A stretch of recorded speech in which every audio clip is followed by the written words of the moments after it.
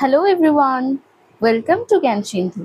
আজকে আমি সপ্তম শ্রেণীর গণিত প্রভা বইয়ের ষষ্ঠ অধ্যায়ের পেজ নম্বর 86 ডিসক্রাইব করব। তার সাথে 87 নম্বর পেজের কিছুটা অংশ ডিসক্রাইব করব। আমার চ্যানেলে তোমরা প্রতিটা পেজের পর সলিউশন পেয়ে যাবে এবং আমি তোমাদের জন্য চ্যাপ্টার ওয়াইজ প্লেলিস্ট তৈরি করে দিয়েছি, যার লিংক আমি ডেসক্রিপশন বক্সে প্রোভাইড করে দিয়েছি। তো আমার ভিডিও যদি তোমাদের ভালো লেগে থাকে তাহলে অবশ্যই ভিডিওটিতে একটি লাইক করবে এবং চ্যানেলটিকে সাবস্ক্রাইব করবে। তো দেখো, আগের দিন 85 নম্বর পেজের কোষে দেখি 6.1 ডেসক্রাইব করে দিয়েছি। তো আজকে এখান থেকে শুরু করছি। কি বলেছে? আজ আমি ও দাদা বাজারে সবজি কিনতে যাব। আমরা প্রথমে 1 কেজি আলু ও 1 কেজি টমেটো কিনবো। তো 1 কেজি টমেটোর দাম 1 কেজি আলুর দামের চেয়ে 25 টাকা বেশি। মানে টমেটোর দামটা হচ্ছে আলুর দাম যতটা, আলুর দাম যদি 50 টাকা হয় তাহলে টমেটোর দাম কত হবে? 50 প্লাস 25 হবে। এখানে দেখো বলেছে 25 টাকা বেশি, মানে এটা আলু আর এটা হচ্ছে টমেটো। আমি টমেটোর টটা লিখে রাখলাম। কিন্তু এই প্রাইসটা যেটা 50, সেটা তো অ্যাকচুয়ালি আমরা জানি না কত। এখানে বলে দিয়েছে কি? বলে দেয়নি। তাই দেখো এখানে লিখেছে যদি 1 কেজি আলুর দাম x টাকা হয়, মানে এটা ধরে নিয়েছে, তবে 1 কেজি টমেটোর দাম কত টাকা হবে হিসাব করি। তাহলে 1 কেজি আলুর দাম যেহেতু x টাকা ধরে নিয়েছে, দেখো এখানে লিখেছে ধরি, তাহলে 1 কেজি টমেটোর দাম কত হবে? আলুর দামের সাথে 25 টাকাটা যোগ হবে।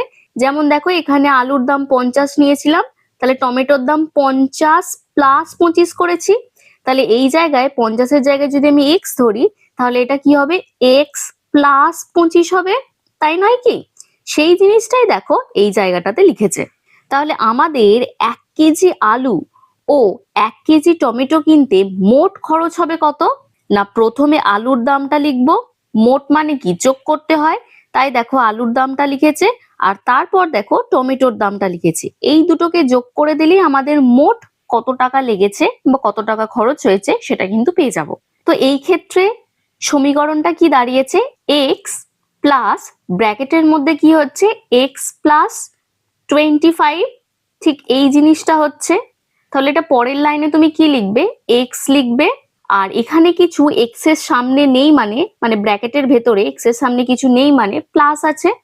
তাহলে এই প্লাস আর এই প্লাসকে যদি তুমি গুণ করো কত পাবে? না প্লাস পাবে। প্লাসে প্লাসে প্লাস হয়। তারপর এখানে কি হবে? x যেমন আছে অ্যাজ ইট ইজ বসবে।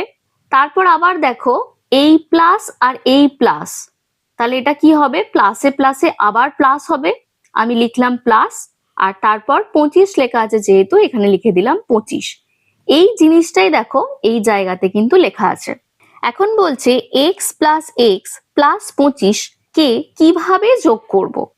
তো তোমরা একটা জিনিস মনে রাখবে যে x যোগ x যদি থাকে, মানে দুটো সদৃশ পদ যদি থাকে যোগ ফর্মে এরকম, তাহলে এখানে কতগুলো x পড়ে আছে? দুটো x পড়ে আছে।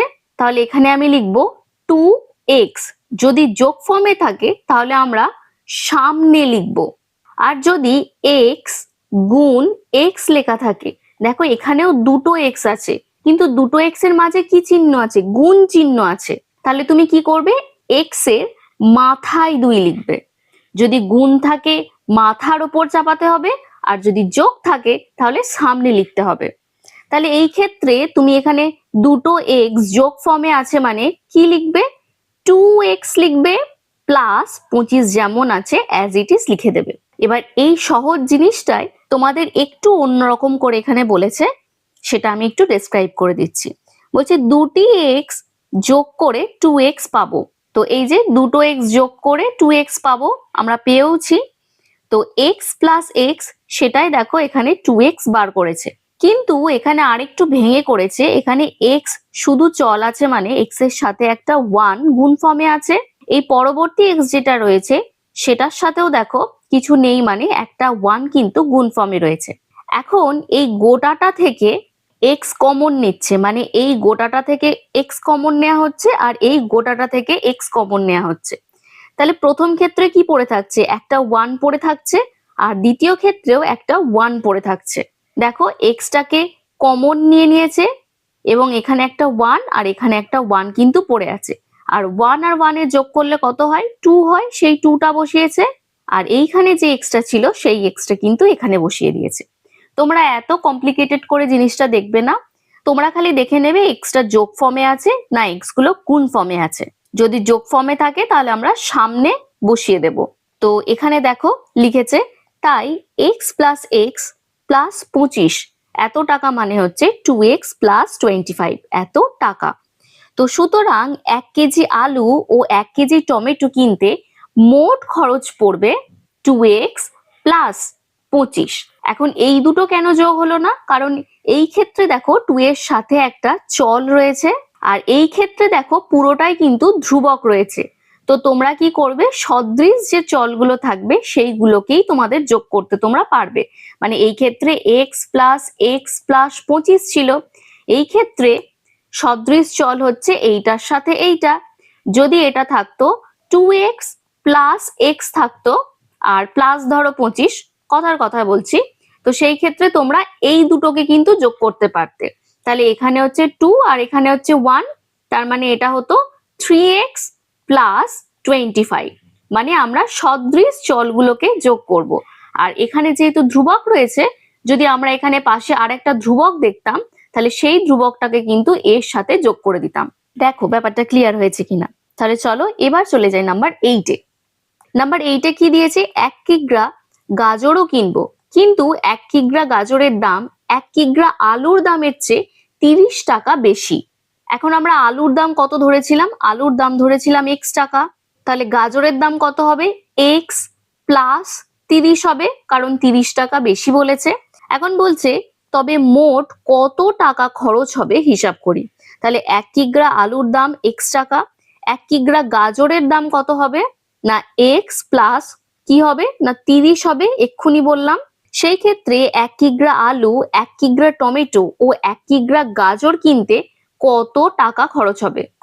1 কিগ্রা আলু আর 1 কিগ্রা টমেটো, এর গল্পটা কিন্তু এইখানেই আমরা পেয়ে গেছি। দেখো এখানে লিখেছিল 2x প্লাস 25, এই টাকাটা অ্যাকচুয়ালি 1 কিগ্রা আলু আর 1 কিগ্রা টমেটো দুটো মিলিয়ে, তাই দেখো এখানে আলু আর টমেটো যোগ করে একবারে বসানো আছে। আর 1 কিগ্রা গাজর সেটার দামটা এইখানে বসিয়ে দিয়েছে। তো এখন 9 নম্বরে কি বলেছে দেখে নাও। আমি 2x প্লাস 25 আর x প্লাস 30 যোগ করি, মানে এইখানে যেটা দিয়েছে সেটাকেই যোগ করতে হবে। তাহলে তোমরা এটাকে খুব সিম্পল করে কিরকম ভাবে করবে? দুটোকে কি করতে বলেছে? যোগ করতে বলেছে। তাহলে লিখবে 2x প্লাস 25 আর এটার সাথে কাকে যোগ করতে বলেছে? x প্লাস 30, এটাকে যোগ করতে বলেছে। তো তোমাদের প্রথম কাজ হবে ব্র্যাকেট গুলোকে তুলে দেওয়া, দিয়ে একটা সিঙ্গেল লাইনেতে নিয়ে আসতে হবে যেখানে কোনো ধরনের ব্র্যাকেট থাকবে না। তো এই জায়গাটা করার আগে তোমাদের এই জায়গাটা বলে দিই, তাহলে বুঝতে পারবে। দেখো তোমাদের সমীকরণটা ছিল 2x প্লাস 25 ব্র্যাকেটের মধ্যে, তারপর প্লাস চিহ্ন দিয়ে x প্লাস 30, এইটা ছিল ব্র্যাকেটের মধ্যে। তাহলে প্রথম লাইনে তোমরা 2x প্লাস 25 যেমন আছে অ্যাজ ইট ইজ লিখে দিলে। এবার এইখানে চিহ্নটা কি আছে? প্লাস আছে। যদি প্লাস থাকে তাহলে তারপর ব্র্যাকেটে যেটা রয়েছে সেই চিহ্নগুলো যেমন আছে সেরকমই বসে যাবে। মানে এই ক্ষেত্রে x এর আগে রয়েছে প্লাস, কিছু নেই মানে, তাহলে তুমি এখানে লিখতে পারো প্লাস x আর তারপর আছে প্লাস 30, তাহলে লিখে দিলে প্লাস 30। মানে যদি এখানে যোগ চিহ্ন থাকে তাহলে তারপর ব্র্যাকেটে যেটা থাকবে সেই চিহ্নগুলোই বর্তমান হবে। যদি এখানে বিয়োগ থাকতো তাহলে এই ব্র্যাকেটে যেগুলো রয়েছে মানে প্লাস এক্স রয়েছে যেটা, সেটা হতো তোমার এইখানেতে মাইনাস এক্স হতো, আর এটা যেহেতু প্লাস আছে তাহলে এটা চেঞ্জ হয়ে হতো মাইনাস, মানে জাস্ট অপোজিটটা হয়ে যাবে, বিপরীতটা। তো এই লাইনটাই জাস্ট এই জায়গাটাতে করা রয়েছে। এখন কি করবে না, যেগুলো সেম চল রয়েছে মানে সদৃশ পদ রয়েছে সেইগুলোকে তুমি আগে লিখে নেবে। তাহলে 2x কে লিখলাম আর তার সাথে সদৃশ চল হচ্ছে এই x টা, তাহলে লিখে নিচ্ছি প্লাস x। তারপর কাকে লিখবে না, বাকি যেগুলো পড়ে আছে এই ক্ষেত্রে দেখো ধ্রুবক আর ধ্রুবক পড়ে আছে, তাহলে আমরা লিখবো প্লাস 25 আর তারপর লিখবো আবার প্লাস 30। এখন যোগ করব, যোগ করতে গেলে আমার সদৃশ যে পদগুলো রয়েছে আমি সেই পদগুলোর যোগ করব। তাহলে এখানে 2x আর এখানে কিছু নেই, মানে অ্যাকচুয়ালি 1 ইন্টু এক্স আছে, তার মানে 2 আর প্লাস 1 নিয়ে হচ্ছে 3।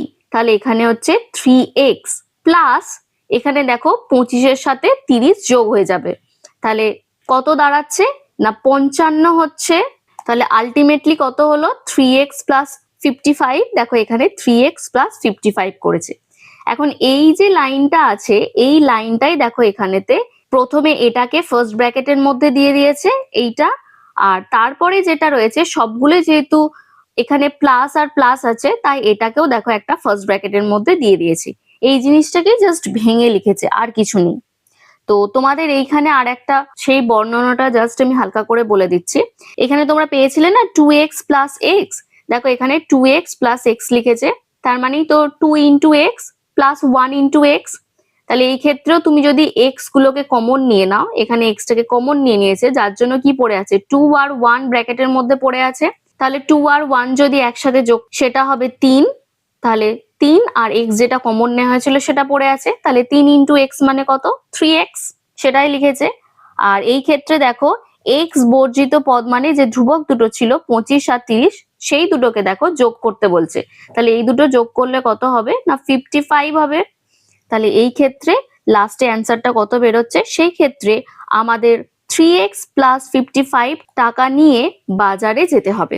দেখো ক্লিয়ার হয়েছে কিনা। আর এইখানটায় কি বলেছে আর একটু দেখে নাও। দেখছি বীজগাণিতিক সংখ্যামালায় 2x প্লাস 25 ও x প্লাস 30 যোগ করার সময় সদৃশ পদগুলি পাশাপাশি লিখে যোগ। তার মানে এইখানটায় এই যে সদৃশ পদটা লিখে নিয়ে প্রথমে যোগ করে নিয়েছিলাম, আর তারপর কি বলছে তারপর অসদৃশ পদগুলির মধ্যে যোগ চিহ্ন দিয়ে যোগফল পাবো।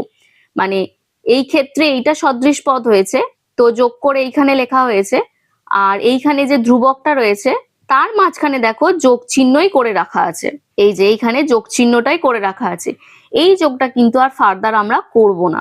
যদি সদৃশ পদ হতো তাহলে করতাম, যেহেতু সদৃশ পদ নয় সেই ক্ষেত্রে কিন্তু আর করব না।